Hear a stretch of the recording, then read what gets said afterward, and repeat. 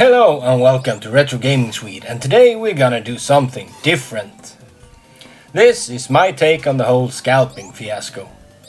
Why is it that every time something new and interesting is released, no one can actually buy the things? Whose fault is it really? Is it the companies making the things you love? Is it the people doing the actual scalping? Is it the retailers? Or is it the stupid saps buying the stuff at these outrageous prices? Let's take a deeper look at the phenomenon of scalping. But let's not get ahead of ourselves. The word comes from the act of cutting off the top of the head of a fallen enemy. Nowadays, it's mostly referred to in new tech releases, where pretty much all new exciting tech releases suffer from this. It is, of course, the act of buying something in bulk and selling it to a much higher price than the recommended retail price. This works for two reasons. The tech companies release their stuff in extremely limited supply, while hyping up their releases to absurd degrees, and retailers are happy to sell through their supply of goods quickly. That leads to a very skewed marketplace and super high prices on the second-hand market. But who is to blame for this? Well, in my opinion, there are a few factors here. First, we have the companies manufacturing and releasing the things, of course. If they wouldn't stress out stuff at a set date, when they know they won't have enough stock to sate demand, why does everyone has to release stuff at almost the same time?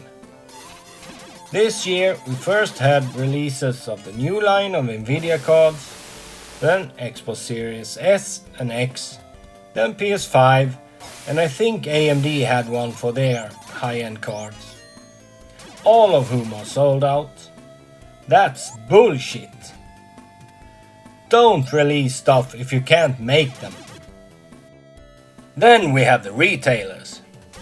They are, of course, happy for a quick paycheck, and no, it's not their fault they can't get enough units to sell, but they are happy to sell 10 Xboxes to the same guy when someone next in line can't get one.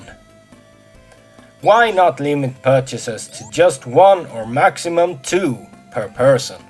You'll sell through anyway. Is it so damn hard? Then we have the scalpers themselves. They are quite obviously assholes with no soul or compassion in their body, but they are also in this just to make a quick buck. That is somewhat understandable. As soon as there appears a way to make easy money, people will flock to it like vultures to a corpse.